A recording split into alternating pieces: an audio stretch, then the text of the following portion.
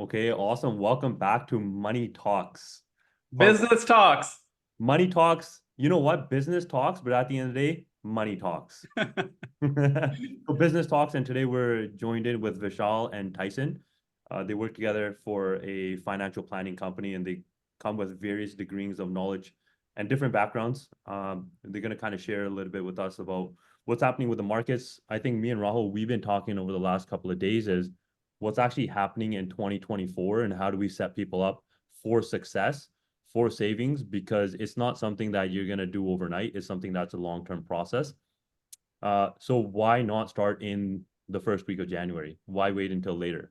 And this information, it just gets to the right people. They're going to take advantage. And then hopefully through that, you guys also get to experience a little bit of uphill opportunities with our audience as well. So that's always important. So Vishal, Tyson, Rahul, welcome to Business Talks. Thanks for having us. Business Talks, Money Thank you. Talks. Awesome. So guys, let's just start with like a brief intro. You guys are financial planners or advisors. I think those terms are interchangeable. Talk a little bit about your experience, how you got into financial advising and kind of what you've been up to the last 10, 15 years of your career. Tyson, you go ahead. All right, I'll kick it off.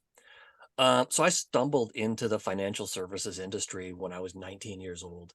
And I started working with the credit unions out here in BC, and had a run where I did about 8 years at various levels, doing from a teller up into doing different positions in the back office before I left. It really gave me a good understanding of how people work with money, how people have really bad habits with money. And then it gave me a kind of a peek behind the curtain, administration wise, like how finances work, how companies work. And it was really interesting. And then in 2009, I decided to make the jump and come over to the financial advisor side and start working with people individually. So I got about 15 years sort of behind the desk working with clients, and predominantly over that period of time, I've kind of worked with middle-class families that, they husband and wife, couple of kids, they own a home. Now they have a huge mortgage. And a lot of the financial planning that I did was more like financial firefighting. It's every year we would do that annual review. It's like, okay, how do we fix the situation this year? How do we make the budget fit? And so in the last couple of years, I've sort of transitioned into working with incorporated professionals and small family businesses. And now you really get to apply more of the financial planning nuances and strategies, and they can afford to do them. And so I love working with the middle class Canada, but from a business point of view, is I wanted to work with a little like less clients, but be more involved and have more impact versus having to, bring on 1,000 clients a year. And it's hard to have relationships with that many people and be effective. Right. That's awesome. That's a great background and a lot of experience, I could tell. I do like the firefighter, the financial firefighter. That's a good reference. Yeah. I actually, now that you say that, I feel like everyone as they grow up should actually start off in a bank just to get their toes wet on finances, and they learn about it early so that later in life they struggle less. Yep. Yeah. So I totally agree with you. Yeah, I appreciate that. Vishal, what about you? Yeah, it's funny. People may recognize Tyson as the financial firefighter from Mr. February centerfold, right? So he, but yeah, honestly, I'll give you kind of the short version of it. But exactly what Tyson was explaining about firefighting, people not really understanding finances. That was kind of me growing up. So yeah, long story short, I was raised by a single mom. She worked her butt off, raised all of us, and growing up, I was the youngest. So seeing the financial gaps as far as like what I didn't know, my mom was very funny and honest, where she's like, listen, I can tell you all about working hard, but when it comes to learning about money, you got to go elsewhere and try to figure that out. So I tried to learn it in school. Banks didn't really work out much, so I made a lot of financial mistakes growing up. My first career was I was the youngest general manager in Best Buy Canada history. At that point, I was a GM when I was 22, so I started making a good amount of money at a young age and had no idea what to do with it. So that was kind of like my financial crash course. So Rahul, what you were just saying about people don't really know until they go to the banks. That was kind of my experience. And I tried to go to the banks, and I think they sold me a mutual fund or RSP, and then they're like, "Yeah, you're financially set." And I wasn't, because I was maxing out my credit cards and I was doing all the things that 22-year-old does. But it taught me a valuable lesson about coming into too much money too early, in a way. And that's kind of fast forward when I realized my favorite thing about that job was obviously managing a Fortune 500 company and running profit and loss statements, looking for efficiencies. A lot of the stuff kind of translates into our clientele now, which is incorporated business owners, medical professionals like doctors, dentists, chiros, things like that. And a lot of the times they come into money too early as well, because they spend about a decade or so pursuing higher education, and they graduate and all of a sudden they're making higher six-figure incomes, and they haven't had the mistakes of maxing out a $500 credit card at a tap house or town hall or whatever that may be, and be like, oh man, I need to pay this off. Theirs is $350,000, $400,000 line of credits, and the stresses that come with that. And there's long-term implications about family planning. You have a lot of first-generation wealth earners, so the impacts that has on their immigrant families. What if something happens to them? So there's a lot of ripple effects that we've learned over this time. But along with Tyson, we've learned a lot, and we found that we can do the best following the Income Tax Act, and the Income Tax Act in Canada allows us to do the most planning with those incorporated people. So that's kind of where we spend our time. Not to be said that everybody does need financial planning, and we'll talk about that later, about the way we've created that for every single Canadian to be able to acquire the knowledge to increase their finances, as opposed to just reading the old school books and podcasts that have been out there for generations and no one's been able to implement them. So we aim to solve that problem as well. But it's a totally new age for financial planners or advisors, whatever the term is. But we're excited, and we've carved out a nice spot, and we've done, thankfully, really, really well for ourselves. We're very fortunate. That's awesome. Okay, I appreciate you you sharing that. I want to say a couple things, and then we can kind of go a little bit more into like details about what you guys do and why we're having this conversation. So the first thing I want to do is I want to have a little bit of a disclaimer. None of this is actual financial advice. It's not personalized financial advice. Everyone's finances are so different that we might talk about something, and the last thing I want to see is someone act on something we talk about, because our personal finances are so different than yours might be. So I'm speaking generally to our audience here. And so again, the best way is do your own research, you should have a financial advisor. If you don't, we've got a couple that you could reach out to, and they'd be happy to answer your questions, or go look at social media. So I just want to make that really clear. None of this is financial advice, but we're trying to get the conversation started so that this might inspire youth, elderly, to take action on your finances. It's all within your control. And I think it's really important time more than ever to learn about finances. Okay. Now that the disclaimer is out of the way, part of me doing this was a little bit of like self-interest, because I'm passionate about finances, and down to so much detail that I will research it for hours. So I tell my friends, in my past lifetime, I was a financial advisor for myself. But at least in this lifetime, hopefully I can have good finances going forward. 2022, actually, even back further, from 2020 till this year, 2024, it's been turbulent. Things have been shaky. Everything from COVID lockdowns to housing inflation to high interest rates to now we're going into like the cut cycle from the Bank of Canada. So there's just so much chaos going on. And I fear that people get bogged down by everything around them, and they become paralyzed about what to do with their personal finances, right? You go on social media and person A is like, invest, buy real estate, buy real estate, buy real estate. Then you go on Twitter and then person B is like, oh, we're going to go into a financial crisis. And so the average person, again, not guys like myself or you guys, maybe you guys more so than me, you guys are aware, understand how to take on and how to invest and balance out the risk of investing. But the average person gets paralyzed. Like they're done. Like analysis paralysis. I'm sure we've all heard of that before. I know if I talk to anyone in my family about this, they're done.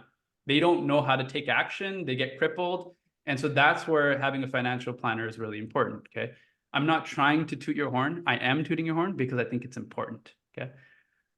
So the reason we're doing this now is because I think 2024 is kind of a questionable year. It's never a bad time to invest. We know how business cycles work.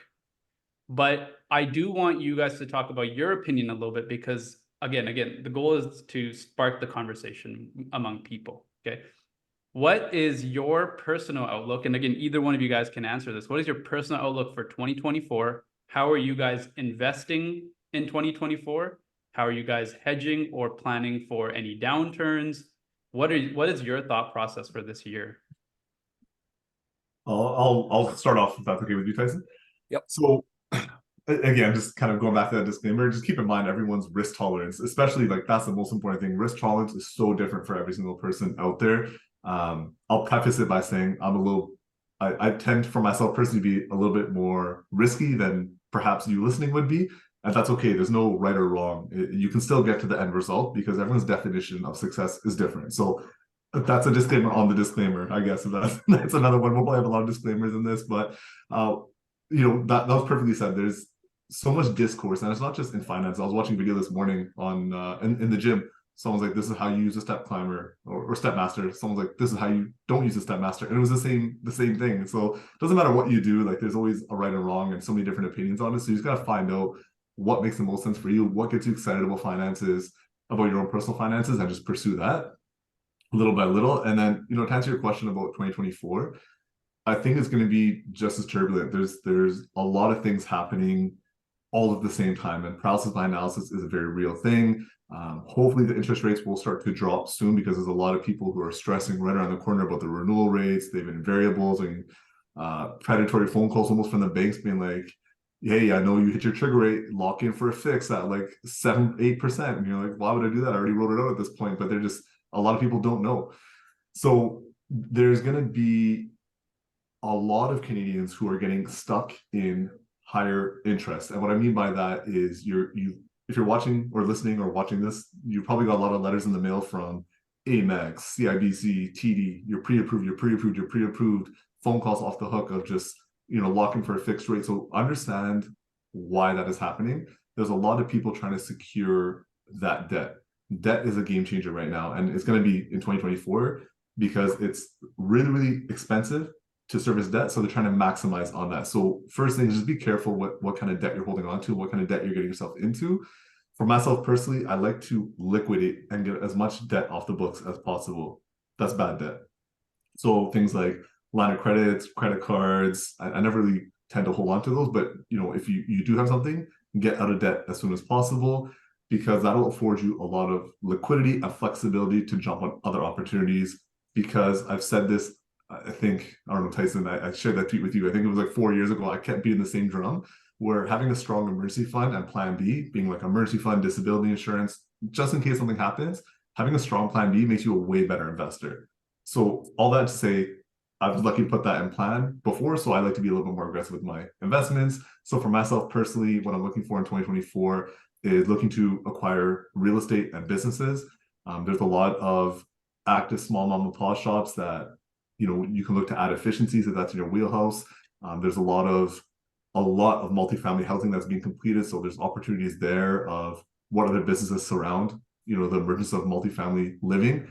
Things like landscaping businesses, cleaning businesses, storage, things like that. There's a bunch of different things around there. So if you can look to make some plays on there, that's advantageous. But again, do it responsibly because debt is very, very expensive right now. So it's not ideal to take on a big operating business line of credit when interest rates are crazy. Another thing that we look for is, real estate could be a play. It depends on what your goal is. So some of our clients like to look at, busier urban areas where appreciation can be a factor. There's other clients of ours that like just cash flow, so we look outside of the metropolis areas. Each of them could be potentially good as long as, again, you can service the debt comfortably. You should never be stressing yourself about making those payments. So as long as that makes sense, that's one thing. And then, I've talked about this for about 2 years. I think 2 years ago, I started beating the drum with, during the COVID times when used cars were selling for profits, I was saying, keep an eye out for REITs and mix, soon enough when things relax, because at that point, the writing was on the walls. The stock market was going to come down at some point. So when it did, I was already talking at that time to make sure you start looking for mix and REITs, because generally speaking, if you break apart the REITs, per property should be more expensive in a REIT than it is if you buy individually, because there's no realtor fees. You don't have to get approved for a mortgage, so you don't have to pay yourself higher taxes as like a incorporated professional. It's liquid. You can hold it in registered accounts. There's a lot of benefits with REITs, but now because the stock market is so turbulent, because people can't deposit the money that they want to because all that money is going towards their mortgage payments, you can get things at discounts right now. So REITs, mix, those things trade at really good discounts. But again, just do your research. It's not financial advice. But to answer your question, that's what I'm excited about in 2024. That's what we've been telling our clients about in 2024, as long as it makes sense for their specific situation. So just the biggest thing is stay out of debt. And then if you can afford to make plays, those would be areas to look at. So that's my 2 cents on it. So Vishal, I just want to piggyback off that a little bit. So what's the minimum investment required if somebody wants to get into a business? Some of the business you mentioned are these lawn care businesses or storage facilities. There could be some mom and pop shops. So what kind of a minimum investment should a middle income earning family look to invest if they're looking to get into something like that? Great question. I would say however much you can afford. And what I mean by that is there's certain businesses like a storage facility, you're going to need capital. Like you can't just, use your garage. Like maybe you could, like maybe there's creative ways you could do that, but that one's going to need a little bit more capital. But other businesses that like lawn care, landscaping, things like that, Facebook Marketplace is an underrated way to start your business. A lot of times people think you need to have your business up and running and then open it. I would flip that the other way, where it's best to get your ducks in a row as far as when you get your first contract, here's all things you're going to need, things like liability insurance, work safe, GST numbers, all that kind of stuff, whatever that may be. Have that stuff ready to go and then start pitching businesses. So once you get your first couple of contracts, then you can launch your business and just buy whatever you can off marketplace. Like you don't need brand new stuff. Starting a business is a lot more cost effective than some people think. But again, it depends on your discipline. It's the same thing as if someone buys a brand new place. Karnvir, you've probably seen this many times when clients buy homes. There's some that take their old furniture from the old place and put in the new ones. And there's others that are like, scrap everything. We got to buy all brand new stuff. So I guess it depends on how disciplined you are. But if it was me, I would look at, if I didn't have a lot of capital, I would look at what kind of business can I get into if it makes sense, like if I have the time and the capacity to do it. If I wasn't starting a business, if I don't have much capital, what can I start for like $0 or very minimal? I would start to pitch some businesses, get some contracts. And usually if it's like, let's say, for example, it's a landscaping company that's already existing and you underbid and replace that company, there's usually a 30-day shotgun clause in those contracts where they have to give the other company 30 days notice. So you really have 30 days to get everything that you need. And you have guaranteed income coming in 30 days. So that's how I would do it. And you could probably buy some stuff on line of credit, get the first month of the new contract, and then pay that off before your interest hits. So that's how I would probably do it. Awesome. Okay, I appreciate everything you said. There was a lot in there, by the way. What's really cool, guys, I just want to touch on this. What's really, really cool, guys, for the audience, when I started learning about finances, I would say I started about 10 years ago, but I got really serious about 5 years ago. Most of what Vishal just said would have gone over my head. So REITs, good debt versus bad debt, buying businesses, interest rates, like all the stuff, like you kind of hear these words get thrown around, but let's be real. The average person doesn't understand this. And what's bothered me for a long time is the shame around finances, right? And I think, again, I want this video to strike a chord with both young people and old people alike. And I know shame, like, you get the average uncle, they're shameful about their personal finances, right? And they're afraid to ask for help. So they don't get financial planners, not because they don't think they need them. They're ashamed about their financial situation. And it actually hurts them even more. Because the one thing we know about finances is it compounds over time. Okay. So if what Vishal just said went over your head, like, guys, like this is a wake-up call for you to start looking at the stuff now. Last thing you want to do is be 50, 60, going into retirement and not be prepared for that. Okay. So I just wanted to address that. Like, it's okay that you don't know what Vishal talked about. Again, I didn't know about it. Even now, I would say Vishal and Tyson both know more than I do, but I'm not ashamed to ask for help. Okay. So again, that's just something I just want to touch on. Again, everyone's financial books portfolio is super different, but it's never too late to start. Okay. So again, for all the uncles and the aunties that watch this, start now, ask for help. There's people out there that will willingly help you. Okay. And a lot of them, the guys like Vishal, guys that are people that are doing really well, they feel a fiduciary standard to want to help you. And that's just a really complicated way of saying, yes, them helping you with your finances benefits them. But I know a lot of good people that will help people and want nothing in return because their finances are already secure. If you get someone that's already secure, they might benefit a couple %, but they really want you to be secure long term. Okay. So again, don't be afraid to ask for help. And again, the worst thing you do is wait because things compound for you and against you. It's worse if you don't start. Okay. And then the second thing that Vishal talked about, and this is more for the young people, is that there's a difference between good and bad debt. And you kind of skimmed over it, but again, for young people, I know why this is important because you get the Dave Ramseys that talk about don't have debt. Well, if you never have debt, you never buy a house. You never have investment properties. So there is a difference between a good debt and bad debt. Now I know kind of just based off what I've learned what good debt is and what bad debt is, but I want to actually delegate this to you, Tyson, if that's okay. Do you want to just touch on that, and then I'll give you a chance to answer the same question about 2024 and your outlook on the economy? Sure. So it's funny because we come across Dave Ramsey stuff a lot in the marketplace.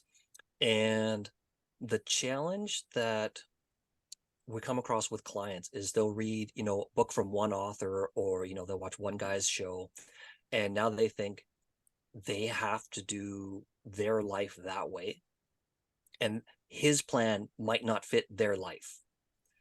And unfortunately, because some of those guys have a platform, is their message comes through more, and it may affect opportunities for them. And so it doesn't mean the advice is wrong, but it might not be right for that person, or it might not be right for them at that time.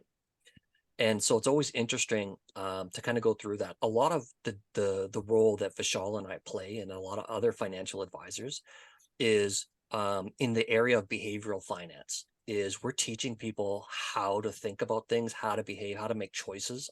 Hopefully we get to talk to them before they make a choice. Sometimes we talk to them after they make the choice, and we have to try and untangle things and walk them You through mean being a firefighter? Yeah, exactly. And so we have to find creative solutions.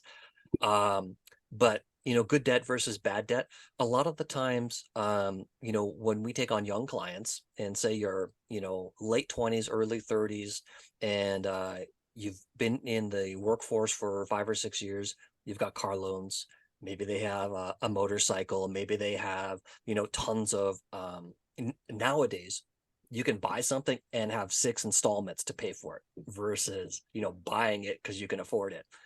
So we come across all kinds of interesting scenarios where people have payments and their whole income is allocated to payments. And I used to make fun of this commercial before, where this guy would go to the ATM and he takes out cash, and when he turns around, there's people standing behind him, and everybody takes a little bit of his paycheck. And then there's an old lady standing there that she doesn't get a piece of this, and she says, "I'm watching you. I'll be back next month for my piece." And a lot of the times that's what happens to people's paycheck, is it hits their account and it scatters in 19 different directions. And so a big part of, what we do for clients is a budget.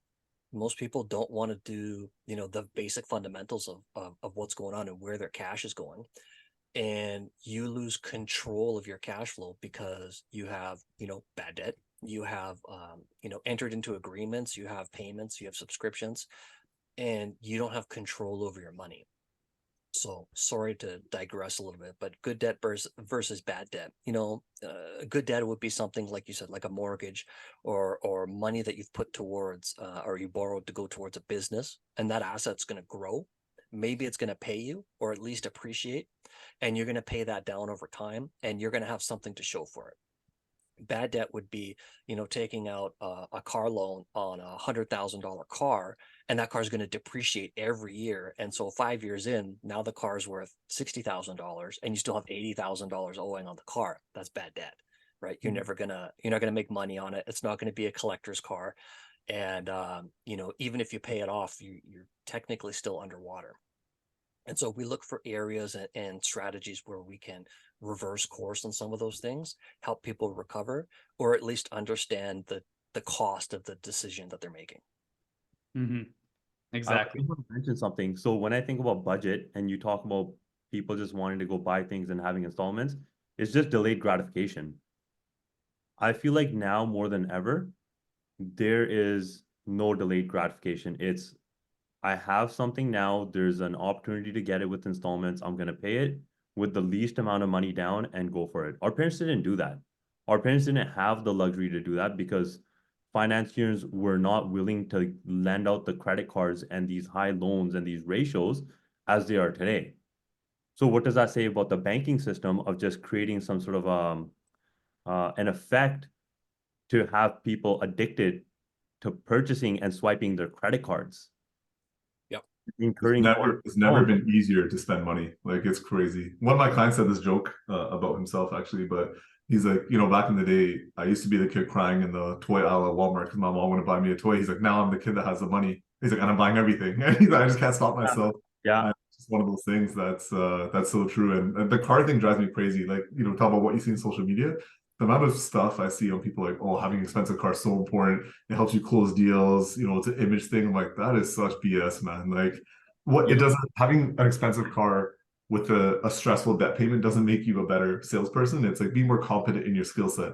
It gives you the confidence to go close deals. But that's just something that's out there that so many people talk about, to sell like a course or to sell debt or whatever that may be, is like having an expensive car makes you a better person, helps you socially, helps you, get girls, close business. Like you need to have this Range Rover that's gonna break down guaranteed in 4 months and you'll be in the shop half the time, but you have to do it. You know what? It does do all those things. I mean, I'm not gonna say it doesn't, but then at the end of the day, at what cost? Because Exactly. they're not really prioritizing of what is right or wrong and not having that information of what your planning looks like or what your business model looks like for the amount of money that you're going to spend, like what's coming in versus what's going out. And then it comes down to how much interest are you losing? Forget about depreciation. Look at the amount of interest you're losing over 5 or 8 years on these payments for that car, right? That's right. It's just a multiplier on top of what you're losing off the driveway. Not to mention, with a $1,000 payment, what else could you be getting with a $1,000 payment? Like, could it be buying back your time in your business, hiring a VA? Could it be investing? Like, maybe guys, so many different levels. I got a thought, right? How about if we do want to get that vehicle? Let's say I want to go out and get a Ferrari or I want to get a nice Lamborghini, right? How would we set up our business, or what recommendation would you give for our business and the amount of money that we need to be pulling in, or structure it in a way where the payments actually go against our income taxes and it becomes a write-off?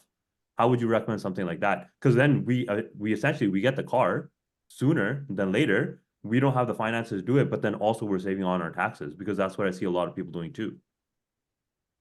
Yeah, it's one of those things I see it all the time about like the G-Wagons all the time. They're like, yeah, I get a G-Wagon because it's over this weight class and blah, blah, whatever. That's literally the scenario I'm thinking about. Yeah. So yeah, keep in mind that it's, I mean, a lot of stuff that people see also isn't Canadian content. So that's like the first thing that everyone should know, is the income tax act in Canada is very, very different than, what it's like in the States or I don't know, Aruba, like wherever you're watching this content. But yeah, it's not as simple as just, buy a car, it's a write-off and you're good to go. In order to have a write-off, you need to have income to deduct against. Also, it's about intent. And the CRA has a lot of debt that they're coming back for to trying to get out of deficit, and they have a mandate and a lot of capital given from the federal government to do so. So if you're in the gray area, you're going to get hit. It may not be right now, but it's going to be eventually, and they can back charge you. They can charge you interest. They can charge you penalties. If you don't have the money to do it, it's going to stop you from being able to lend or borrow from a lender to grow your business, whatever that may be. So a lot of people say, oh, you got a business, you can write off the whole vehicle. You have to also look at what can CRA say is personal use versus business use. How can you justify the business use? Where are your receipts? Are you tracking your mileage? Like there's so many different things that go into play there. So it really depends on everyone's business. Like if you're, I don't know, like let's say it's a landscaper and you're buying a truck to carry your equipment, that's obviously a lot different than like if you're a mortgage broker and you need to have this specific vehicle. Like Siri's gonna be like, do you really need that vehicle, or can you just use any car? Like you just need to get to work. So there's a lot of intent definitions. There's a lot of nuances when it comes down to it. So I would say ask your accountant. That's probably what I would say. This is how we dispel misconceptions from the public, right? We look at what people in America are doing. We we eat into their content, and then we go and we make those mistakes, and there's no way of getting out of it. Yep. Because now you're stuck with this phone. 100%. There, just quick thing before I go back to Tyson. I actually had a client, Tyson's talking about people making mistakes beforehand. We had a client like that who signed on with us and bought an expensive vehicle. And he's like, yeah, it's a write-off from my business, but it wasn't justifiable. So all of it, were really, those payments were just, personable. So it was taxable income on the personal side, which really compounded the problem of a high payment, high interest rate, because he bought it when cars were hard to get. But it was high interest, high payment, and then also it had to be paid on the personal side, so more taxable income on that side too. So it was what we call triple whammy, I suppose. So there's a lot of issues that can come out of that for sure. Right. For sure. So you're like, I think especially with personal finances, like that's why I had the disclaimer at the beginning, because it really does matter about your financial situation, right? And even just like, we've kind of, surface level, when you go deeper into finances, you understand, yeah, a $1,500 car payment versus $1,500 in real estate is totally different, because not in real estate, you get appreciation of the asset. So the house you buy goes up in value, you get debt pay down, right? And then, so like, there's just so many benefits, and you get obviously the tax advantages, again, more so in America than Canada, but there's so many advantages to actually investing your money versus just going and buying a nice car. So that, life isn't meant to be just numbers. And that's where you can have that personal influence on your finances. When you're in a good financial situation, you can go buy a nice car and a Tesla and reward yourself for hard work and patience and delayed gratification investing. But again, the goal of this is to get that conversation started, because, for the audience, especially, I want you guys to have access to guys like Vishal and Tyson that have been doing this for a long time. So they've understood the emotions of buying nice things, right? It's not atypical for Vishal to give advice about don't just go buy a car and try to look cool to impress people, right? Again, it's not that Vishal probably drives a nice car, but he knows that the young person that's watching this is 23, makes their first year, makes whatever, 80K, and then they go spend 60 of it on a car. Terrible investment, right? Right. Again, over time, now you're 5-6 years into your career, you make 200-300K a year. Yes, go buy a nice car. No one will stop you. But if you're like first year in the workforce, you made 60K and you go buy a 60K Tesla, like, at some point you got to have these conversations and talk to people about it, right? Absolutely. But yeah, to address the whole buy now, pay later, I think that's what you guys talked about, delaying so one of the ways that these businesses get you to spend money right away is they come up with these buy now, pay later plans, where you go in, let's say you buy a product, you don't have to pay for it for 6 months. And the problem that happens is 6 months later, you forget that it came, you forget that you did that. And now you have a crisis at home where your pipes froze. So now you got to pay for this, you got to pay for insurance, plus you got to pay these people. And that's how people get drowned in debt, is because media, all this stuff is telling you need to go buy this newest car, newest phone to look cool and play the part. But what they're really doing is they're gouging from you, right? They're crippling you under a bunch of debt. So yeah, not a huge fan personally of buy now, pay later. Everything can be strategic. You can use buy now, pay later to advance your business. You go invest in tools, you put yourself in a good position to get financially ahead. Okay. But again, you got to balance out enjoyment, life, travel, experience, right? You can't be a robot, but at the same time, you got to make good, sound financial decisions. So that's why we're having these conversations, because I want you guys and anyone that's in the audience to have access to guys like Karnvir, Tyson, Vishal that are sharing this expertise with you, especially the young people, and quite frankly, a lot of older people too, like a lot of the immigrants. What's been really interesting. So we did a podcast with Gurtej Barn. He's a financial planner or investment advisor, kind of similar field for dentists, so very similar. And one of the questions I asked him was like, are dentists really on it for finances? And he's like, no. He's like, they're not bad. He's like, but they're just so focused on their career that they don't have any time. And that's why you get an expert to help you with these decisions, right? And that's the thing. We have this understanding that people that are really intelligent make the best financial decisions. It's not the case. It's not the case. Again, there might be more discipline than the average person, but they're not the best. And that's why they go and seek help. So again, you don't have to go to Vishal, you don't have to go to Tyson, but find someone, start these conversations within your household, within your friends network, right? We got to dissolve this shame around money and finance, especially in the South Asian community. You guys know how I found out about interest on credit card? A friend's dad told me. He's like, credit's great. You should have credit. You should have good credit. But he's like, the interest rates, that's what they get you. And like, it was like a seed that got planted in my mind. And so I've never had to pay any sort of credit card debt, which good and bad, right? Maybe I'm a little bit too conservative, but again, why didn't I learn that from my family, my parents, my aunts, my uncles? I heard it from a friend's dad. Again, he was financially savvy and he felt the need to want to share this information, which is kind of what we're doing here, right? That's a great point, in that most people, they get their financial education from their family, and most Canadians, their family is not wealthy. So it's trial by error, right? And you know, you learn by what the people around you have done, and hopefully you learn from their mistakes, but sometimes you just learn the habits of what's around you. And so, you know, if you have a situation where you're in a spendthrift household and then you grow up, you get a job, chances are you're going to become a spendthrift.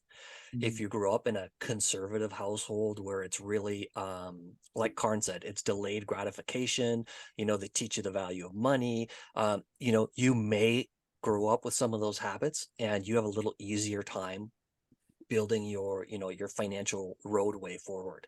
But that's where most people get their information. It's from a family member, it's from what they see around them, and it might not be the best example. Exactly. And again, it's one thing to learn by having conversations and open dialogue. It's another thing to learn by osmosis. Like, again, the problem is a young person learns from his dad, and his dad's spending money like crazy. His dad might be in a good financial position, but now those habits get passed on to the kids. So the kids grow up and, you know, again, I saw this when I was in high school, right? I'd show up to high school, I go to class, and someone's driving a nice Benz. And I'm like, I don't have a Benz. I'm a broke high school student, but kids are driving around nice cars. Again, you know, they don't learn the lessons, and that's part of the reason why bad financial habits get passed down. Okay. Yep. The other thing is, people have platforms. So again, nowadays, especially with TikTok, social media, Instagram, Facebook, you get guys like Dave Ramsey, we talked about, who will go out and say, pay off your house. That's the first thing you should do. Again, that was right for him, maybe, but he's got like a empire, right? He's worth 100+ mil, I believe. And so like him giving that advice is like the opposite, because his radio station that he works for uses debt. So it's like, you know, it's this conflicting, it's this image, right? And so you kind of have to peek behind these doors. You have to move the curtains out of the way and actually look at information and see which is good, which is appropriate for you. And then kind of make decisions based on that. I saw this just recently. I want to share this with you because it was appalling to me. He went on this podcast and I think someone asked him, like, if someone gave you $10 billion at 0% interest for 10 years, would you take it? And he said, no. $10 billion at 0% interest. Guys, we know we could put that money in a safe investment like a treasury and get whatever 5% return right now.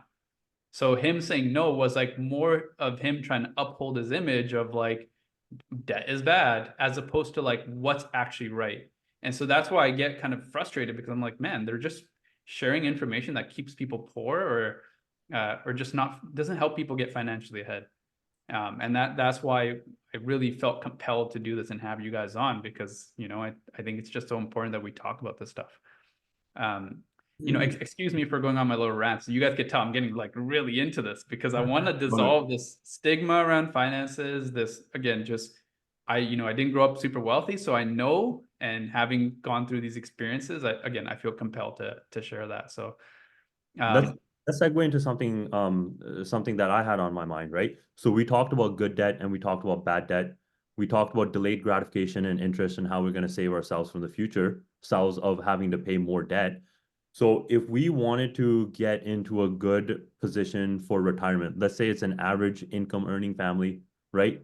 Dual income earners, $150,000. It could be between 120 and 150,000, right? 50 to $70,000 of income per spouse. Let's say that they want to go on and save up to $1 million for retirement. Now, $1 million 10 years ago was different. $1 million 25 years ago was different.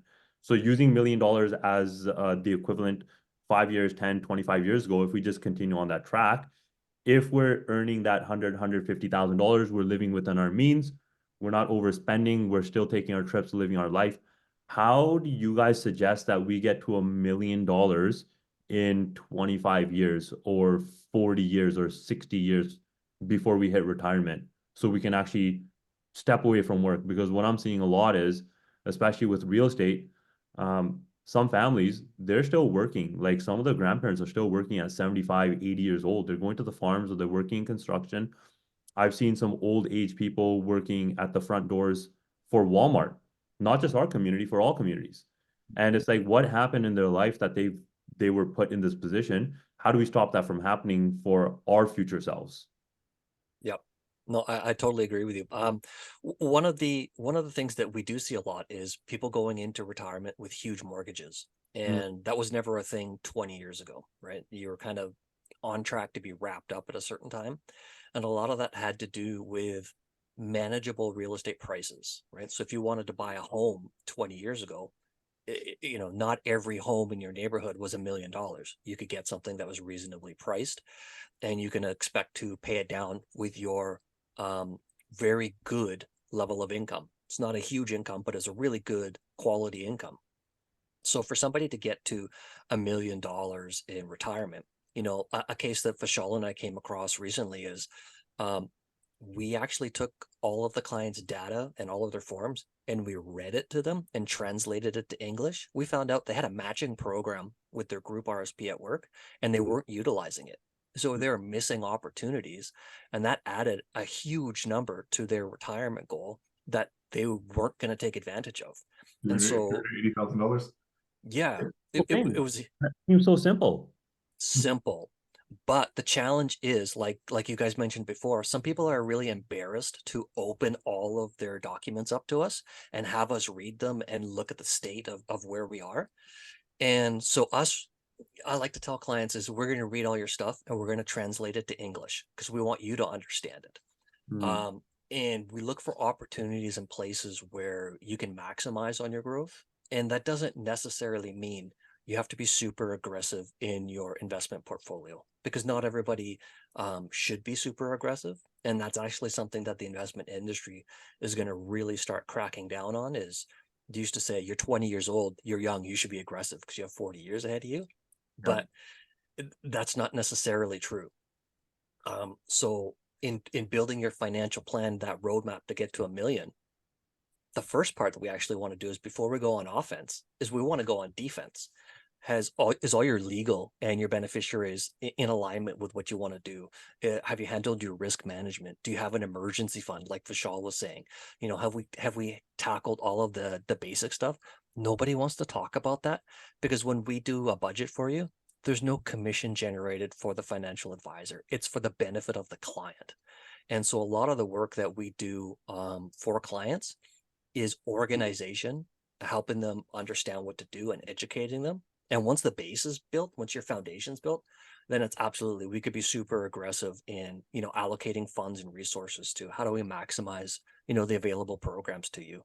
A lot of people still underutilize like the tax-free savings account, because the name says savings account in it. They think that you have to be at the bank and be in a savings account.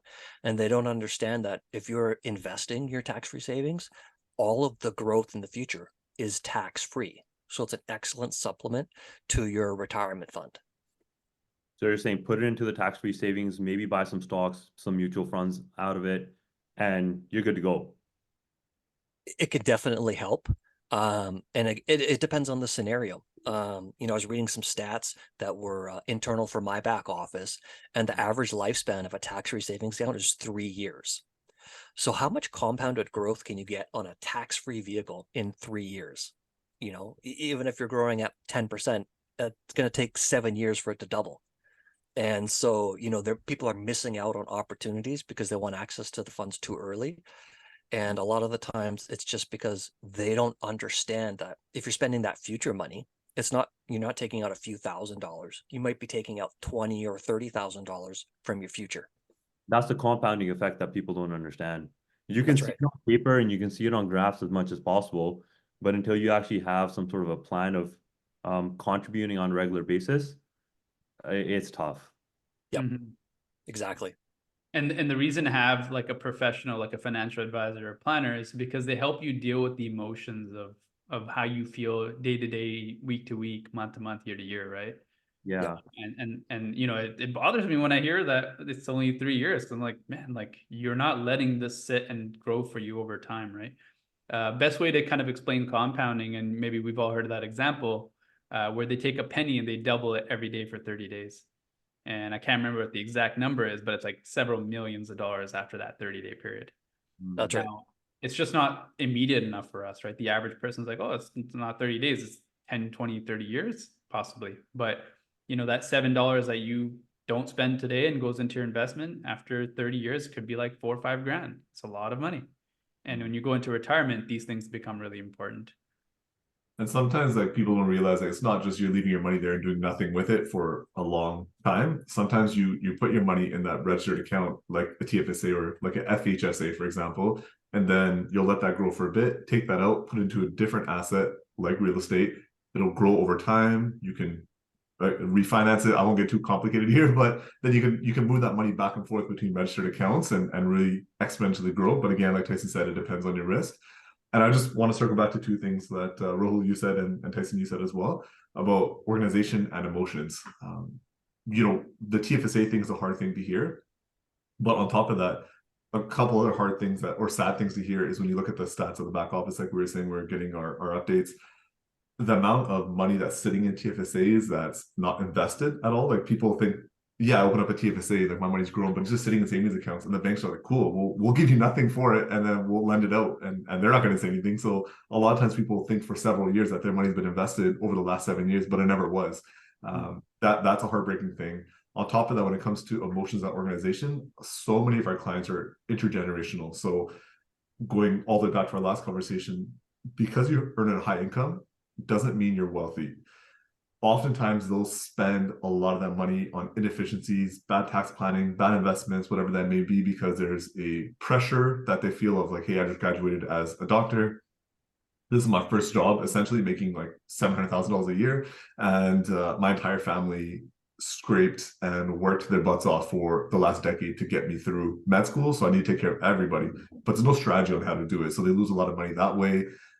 When it comes down to registered accounts, there's been many times that the client signed with us, and a lot of stuff that we do is stage one is get organized, and we have that conversation about what's that family dynamic look like, and it's multiple generations living together, and they don't want to have the emotional conversations of what's the will look like, you know, who's the beneficiaries or what. So a lot of times, you know, being responsible for our client in those situations isn't just our client.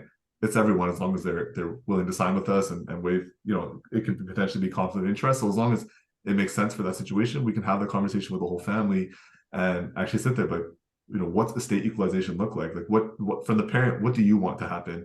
And then have you even updated any beneficiaries? And a lot of times, no, like no one has beneficiaries named on any of their accounts. So the government profits the most when someone passes away. They're like, perfect, you know, hit them with probate, get them stuck in courts, hit them with taxes. And the money that, you know, or your parents perhaps spent 40, 50 years working their butts off in hard jobs doesn't actually go to you because they weren't organized.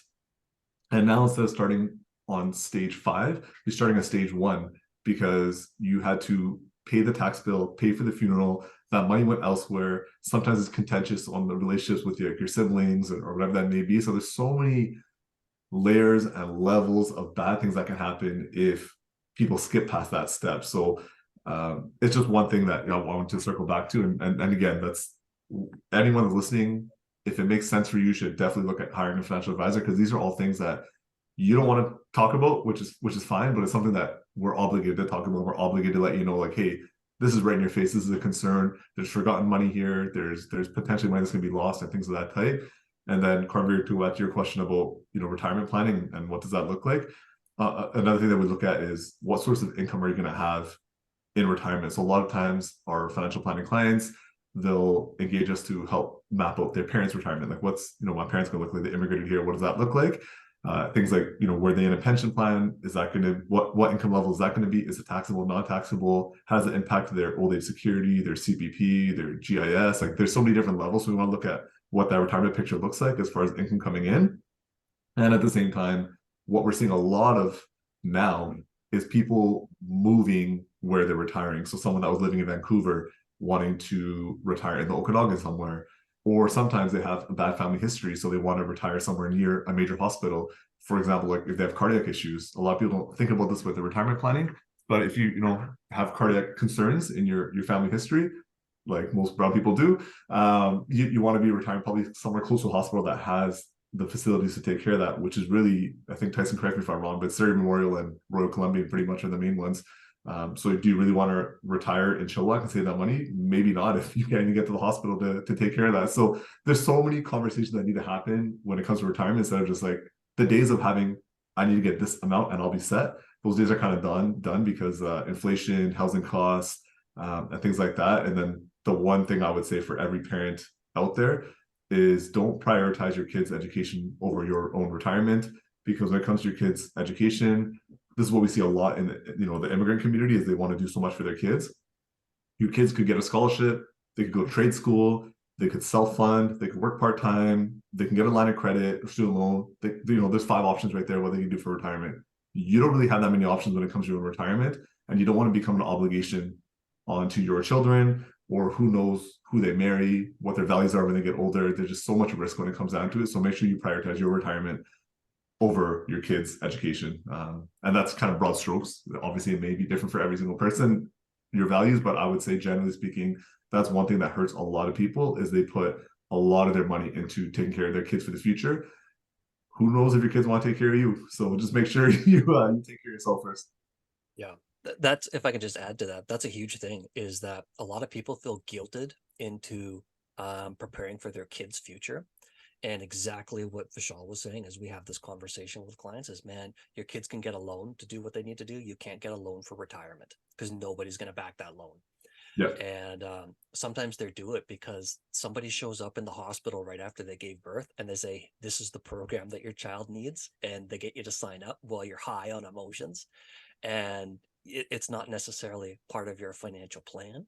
And that person's not part of your financial team, which is a big thing that Vishal and I teach, is, man, building the proper team around you to analyze the right thing for you. Yeah, it's so complex, eh? The whole topic of finances, and like, I can see these problems in South Asian communities. There's a lot of things South Asians do really well when it comes to finances, right? We all live together in a family, generally speaking. Kids live in the house. We all share our wealth. We kind of build the empire. A lot of the lessons get lost, right? There's a lot of like just deep things that if you think about that have been passed down through generations. But when the kids grow up, they don't know these lessons and they don't know why, they just do it, right? So like one I always comes to mind is at Indian weddings, we tend to gift gold.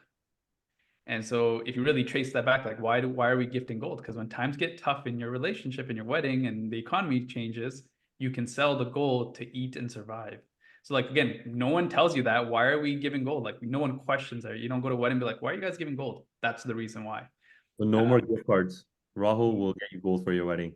There you go. Call me. That's it. That's it. Even it made a lot of sense when it was the gold standard, right? And then it got away from that. People kind of forgot. Back in the Bretton Woods Agreement, yeah. So, and then even just like land, right? Indian South Asians are just really good at buying land, because typically in India, Pakistan, wherever, people that own land were generally wealthy, farmland, whatever it was. So they come here, they don't tell their kids, we're buying land because long term it could pay for our retirement, it can help the cash flow from that. They just go and do it, but none of the kids are learning these lessons, right? They're just kind of seeing their parents, but then, where they're hoping that the system will teach them eventually. The problem with the system is there's a lack of financial education in our school system, right? High school, colleges, there's no course called tax planning. There's no course called investing. You don't learn no one teaches you what a TFSA is, right? A lot of people hear that and like, what is the tax-free savings again? No one knows that. No one knows what a retirement savings plan is, the RRSPs. So there's definitely just a huge problem of understanding finances. And again, who's going to go out of their way and teach this? And it's people like us, right? It's people that are passionate about this stuff. People like Vishal that, he talked about his childhood a little bit, and how that played a role for him. It's like, he's the one that's going to try to solve this problem, right? Same with Tyson, Karnvir, like we've all gone through stuff. So we work really hard to like help educate other people so that they don't have to go through the same suffering that we probably went to, right? Yeah, it's funny. I'm sorry, Vishal. It's funny that we go through 20 years of schooling And there's two things that we really need to learn well, and we don't learn them at all. And that's money and relationships, how to build them in your life, because those are two constants, right? And nobody teaches us how to deal with people, how to build good relationships, friendships, business relationships. And then, it's funny to say this now because they don't teach you how to balance a checkbook, even though nobody has a checkbook anymore.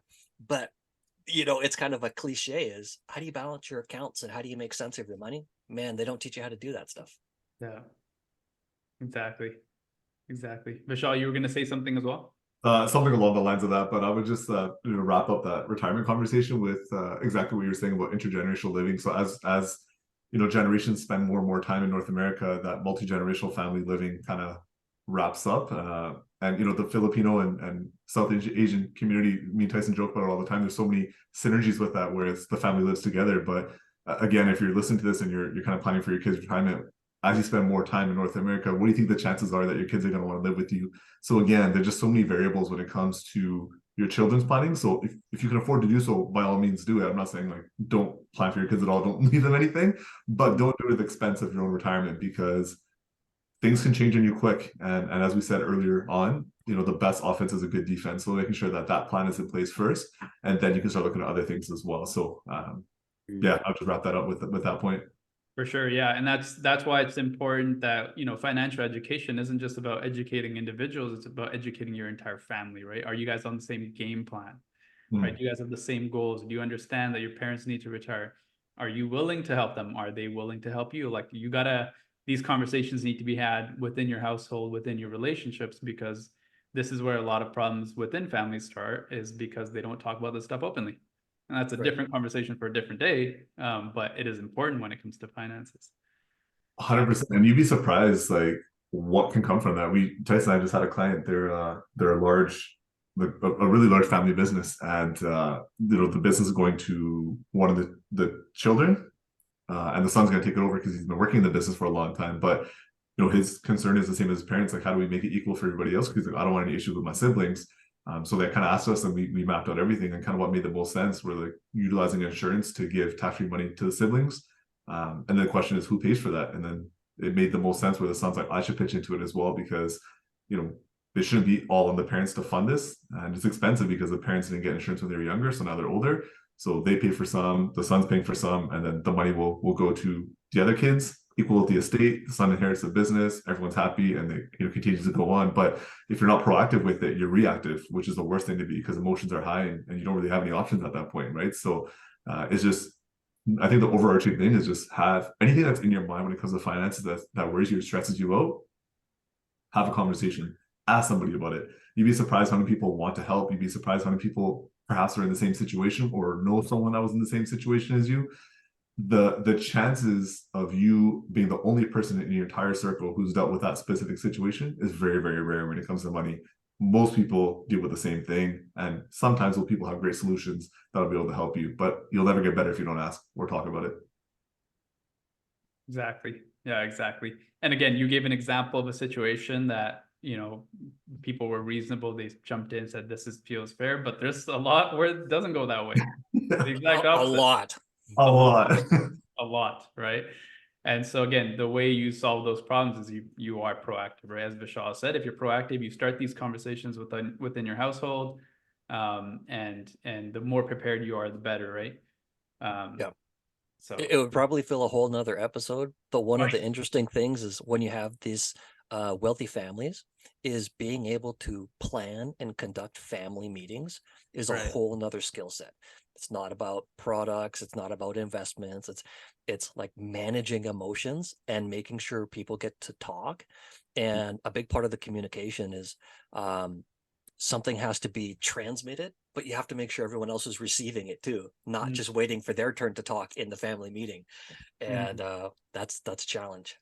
It is a challenge. I think we could do a whole freaking series on just people and interpersonal relationships, right? That's a whole heavy topic on its own, right? But yeah, Tyson, you kind of hit the nail right on the head.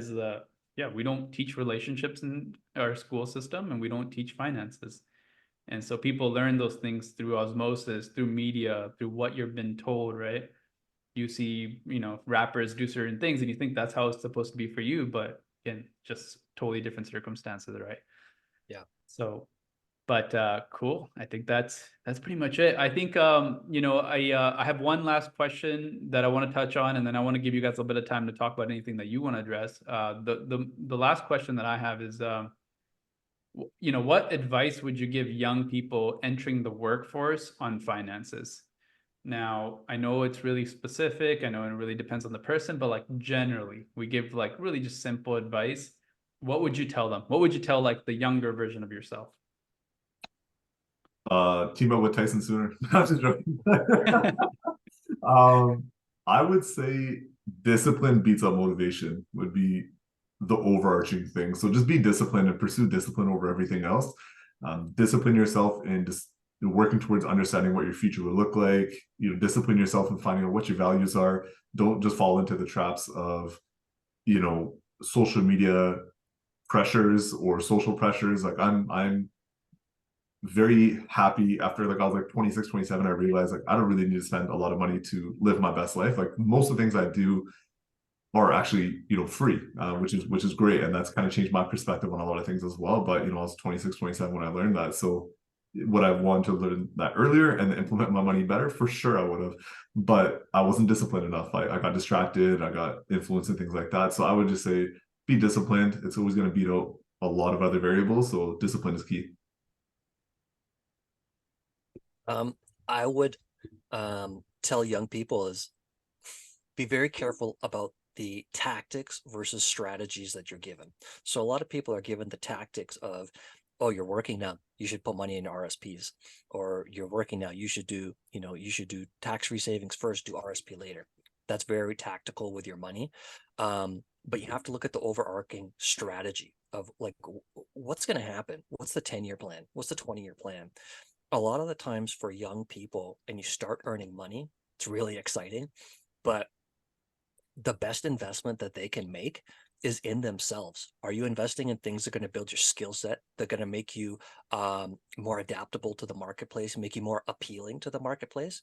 And if you can create more value for you, the greatest asset that you can ever, you know, control is your ability to generate income. And a lot of young people don't look at those things, and nobody talks to them that way.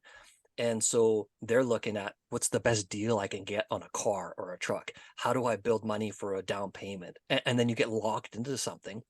And now you're in a 25-year mortgage where if you waited a couple of years, maybe you could have been in position to buy into a business and take over that business when the owner retires.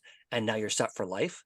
But because they locked into an early tactic, is they miss out on the overarching strategy. Mm-hmm. Couldn't agree more. Couldn't agree more. Yeah, I think it is really important to invest in your skill set, right? What you learn, and you're totally right. You could save your way, but you work your way to $1 million, right? If you earn 100K a year, you work 10 years, you've made $1 million, and then it doesn't matter how you invest and how you go from there. But yeah, you're totally right about that. Karn, any questions? No, I think it's wrapped up. Yeah. The questions that I wanted answered was debt, how to delay and get paid in the future.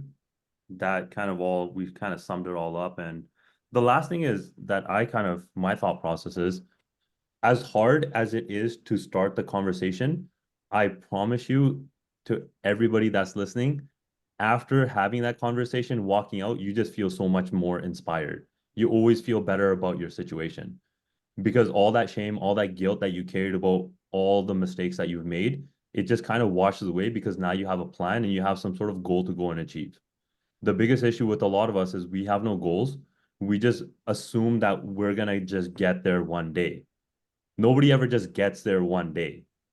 We actually have to put an effort to go and do the thing that we need to do, which is talk about the money, talk about the planning, and then take all that learning and put it into application. Application is huge. Absolutely. Just like going to the gym, putting in the reps. You're not going to build muscle just watching videos and getting the trainer to work out for you. That's right. That's But right. I saw content that said that works. Exactly. And if you're scared to have that conversation, call me. I'll have that conversation with your parents and your family for you. That's right. Sweet guys. I want to give you guys, if you have any thoughts that you want to share. Vishal, actually, if you don't mind talking about this, mindful investing, is that right? Mindful Money Academy. Mindful Money Academy. So Yeah. on the first call you and I had, I asked you, kind of about Portfolio Planning Inc. and some of the things that you're working on. And then you mentioned Mindful Money Academy, and it struck a chord with me because it's a flat rate service that you offer. And the reason it stuck with me is because it's designed for people that are middle income, lower income, that don't have tons of money to find crazy expensive financial planners and advisors. And again, the way you get started on finances is you start talking about it with people. So if you want to talk about that a little bit, that'd be awesome. And then closing remarks for you guys, and then I'll wrap it up here right after. Yeah, no, I love that. Yeah, I mean, there's a bunch of stuff we're kind of up to behind the scenes. So I would say on the high net worth side, there's a lot. Like we've been speaking at UBC. We're working on liaisoning mentorship programs with dentists out of UBC as well, with practicing dentists. We write articles for doctors at BC. We've been facilitating events for first-year physicians to help them figure out where they want to work. And building out that kind of financial map for doctors in collaboration with doctors at BC and resident physicians and things of that type. So in our main space, there's a lot there that we've kind of been working on behind the scenes, which is great, just kind of making sure that physicians and dentists and really doctors are set up for success. But going back to our very early conversation, traditionally, financial planners weren't incentivized or able to compensate enough for themselves to justify working in the emerging markets. And by that, I mean, perhaps it's a new immigrant that's starting up in Canada, perhaps as a student, a young person, anyone that's really trying to start their financial journey in Canada. There was really no way to incentivize financial planners to help in that space. But thankfully, AI technology, a lot of that stuff has made it a lot easier. So one thing that's always kind of struck a chord with me is when I was starting as someone that didn't have financial knowledge, what would have helped me? And it would have been a financial planner, but I couldn't get a financial planner. So now what we're doing is building out Mindful Money Academy, which is, like you said, a flat rate service of essentially everything that we teach our financial planning clients about into an online platform that is just self-learned. So all the modules are going to be there, things like financial terminology, how to navigate lending, credit card debt, how to build a budget, how to start investing, how to have conversations with family when it comes to intergenerational wealth, retirement planning, pension plans, basically everything you would need to know in order to win in the Canadian financial system is taught in the Mindful Money Academy. Only difference is there's no one-on-one financial planning, because obviously that becomes very, very difficult at scale. But basically, if you're someone that wants to get started and you're tired of kind of trying to read all these books yourself, trying to decipher what's real, what's not real when it comes to social media, people telling you this is the way to go, this is the way to go, like Tyson said, tactics instead of strategy, then perhaps look at Mindful Money Academy. And I'm sure we'll link it and things like that type. But it's really just built that way to be a starting point for everyone, regardless of where you're at in life. If you want to understand the Canadian financial system and you don't know where to go, that platform is being built out for you. Right now, it's not completed. It's in beta stage, meaning that we're building it out as we're going. So it's 50% off right now. So it's $297 for the year. And that's just going to be something that's we'll probably keep as long as it's feasible to keep it that way. And we're continuously adding on to it. We've been very blessed that we've built good partnerships with mortgage brokers, lawyers, accountants, all of whom are willing to shoot content and record for that as well, just to really give that knowledge. Because Rahul, like you said earlier on, part of it is fiduciary duty, part of it is just really value driven, but people want to give knowledge for people that need it to improve their financial life. So all that's there, all the information on the website, and if you have any questions, people can reach out to me as well. But we really want to have something. We've built a strong market and market share in that high net worth space, which is portfolio planning, but there was always something lacking in people that needed the knowledge but couldn't really go to it. And the feedback was always the same when we signed our financial planning clients. They're like, I have a family or a nephew or someone like that that's trying to improve, and they went to the bank, they got sold mutual funds and GICs. Can you help them? And the answer for so long was, we can only do it one-on-one in a pro bono basis, which we did for many, many years. But there's a limit to how many pro bono cases we could work on, just out of capacity wise. But now we solved that problem. So we're super excited about it to give back and make sure that that information is given to everybody. And we're always building more and more stuff onto it. So as things change, we'll update it and really just want everyone to be able to have a platform to get better for sure. That's awesome. Yeah, that's exactly what I was looking for. Tyson, anything you want to add here, and then I'll quickly wrap it up here. One of the things that Vishal and I worked on really hard in the last year was adding something to our menu, and something that's different to the marketplace and different for clients, and that's strategic philanthropy. So a lot of people, you contribute money at the checkout, where it's like, hey, do you want to donate, to whatever fund? I shouldn't name any funds. Do you want to contribute to any fund at the checkout, or you get hit up at church, or you get, a niece or a nephew that's, raising money for something. On Halloween this year, I noticed nobody's coming around with UNICEF boxes, and I remember that from my childhood, and I don't think anybody does that anymore. But with strategic philanthropy, what we're able to do is integrate that into the financial planning and into the family planning. So in some cases, you're building a thread of giving into the family, and we can show you how to set that up, what it means, and how to have an impact on your community that you can see. And so, part of the consulting on that is helping families pick a proper charity that actually does what they say they're going to do, and it has an effect on the community that they want to have. But the financial planning benefits of it is essentially for every $2 that you donate, you get a $1 donation tax credit. And so this is a way for people to have an impact, to give and see the results of what they're doing, but also pay less in tax on their situation. So for high income earners, for business owners, it makes a lot of sense. And there's a lot of detail. Again, it would be a whole nother episode to go through all of the nuances. But Vishal and I started working with different foundations in the Lower Mainland last year. And what those foundations do, the ones that we've met with so far, is, they impact a lot of the local hospitals. And so by us working with them, we're able to find out what do they need, and how does that impact them. And then when we're working with clients in the community, and this fits their financial planning situation, we can say, hey, maybe we can connect you with, such and such foundation. These are the things that they're doing in your community. This is where your dollars are going to impact. And we're finding that it's really starting to connect. And most people just didn't know that that was a thing. They didn't know that it was possible. They thought that in order to have that kind of impact, you needed to write a check, give cash or credit card. But there's so many other ways that you can do it and really impact their financial situation positively, but also impact their community. Mm-hmm. Yeah, just to add on to it, a lot of people don't realize that there's an assumption that the federal government or the provincial government funds the hospital and the equipment that they need. But a lot of it is really from the community through donations, and a lot of it really impacts us. So the money that we're able to organize to get to local hospitals can save our friends, our families' lives, and make that impact a little bit better. I think the last one this last year, they were able to set up the mural for I forgot what the actual area was, but it's the NICU area, so where premature babies are born. They were able to do a mural in that area that had a lot of cartoon characters, things like that.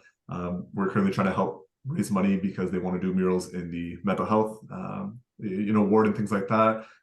There's so many different machines and equipment, because a lot of times when the hospitals open up, they get all brand new equipment, but all that equipment starts expiring right around the same time or needs replacement. So as our communities grow, and as real estate is such a massive indicator of growth, our communities are getting overwhelmed, overrun, and a lot of times the healthcare system is dragging behind it. But there's a way to solve all those problems, and it's funny because it's kind of a connected relationship. As the infrastructure and the facilities get better, the desire for people to live in those communities get better as well. So it drives real estate, it drives revenue to the government and all that things as well. So we're trying to help connect those dots through strategic partnerships, and that's one of them we're very excited about. We've done some work with some hospitals and foundations, and Tyson's kind of been spearheading that with his expertise. So definitely a huge win of 2023, and we're excited. It feels weird to say 2024 already, but we're excited to get it going even more so now. Yeah, it's exciting. It's exciting. I love all the work that you guys are doing in the community. Warms my heart, for sure. Appreciate that. Karn, you want to add anything before I wrap it up, or are we? Great. Okay, guys, thank you so much for jumping on and doing this. For the audience that does watch this or catches some of the clips, like, Tyson and Vishal aren't getting paid to do this. Neither is Karnvir, neither am I. Okay, so we're not getting paid to do this. We do this because we care.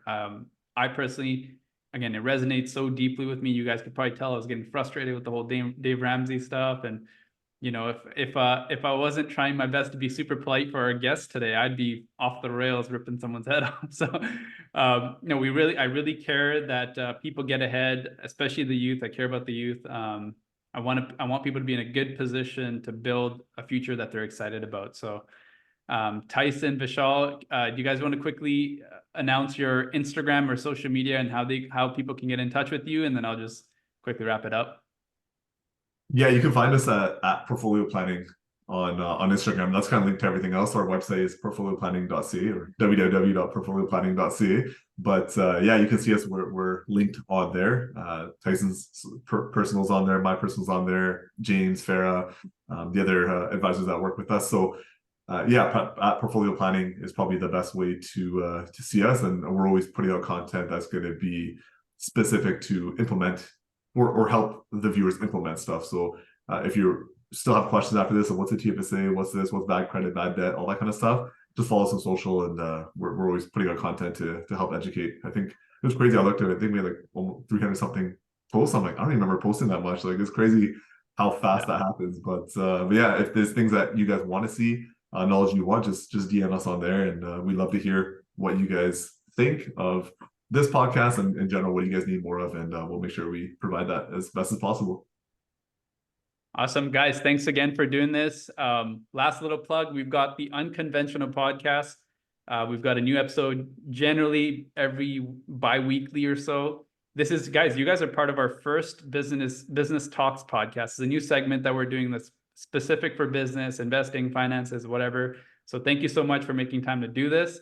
And then we'd love to have you guys on in the future. Yeah, I'd love to do it. Thanks for having us. Appreciate it, guys. If you guys have any questions about finances, get in touch with these guys. And we'll see you guys on the next one. Thank you, guys. Okay. Thanks, guys. Take it easy. Bye.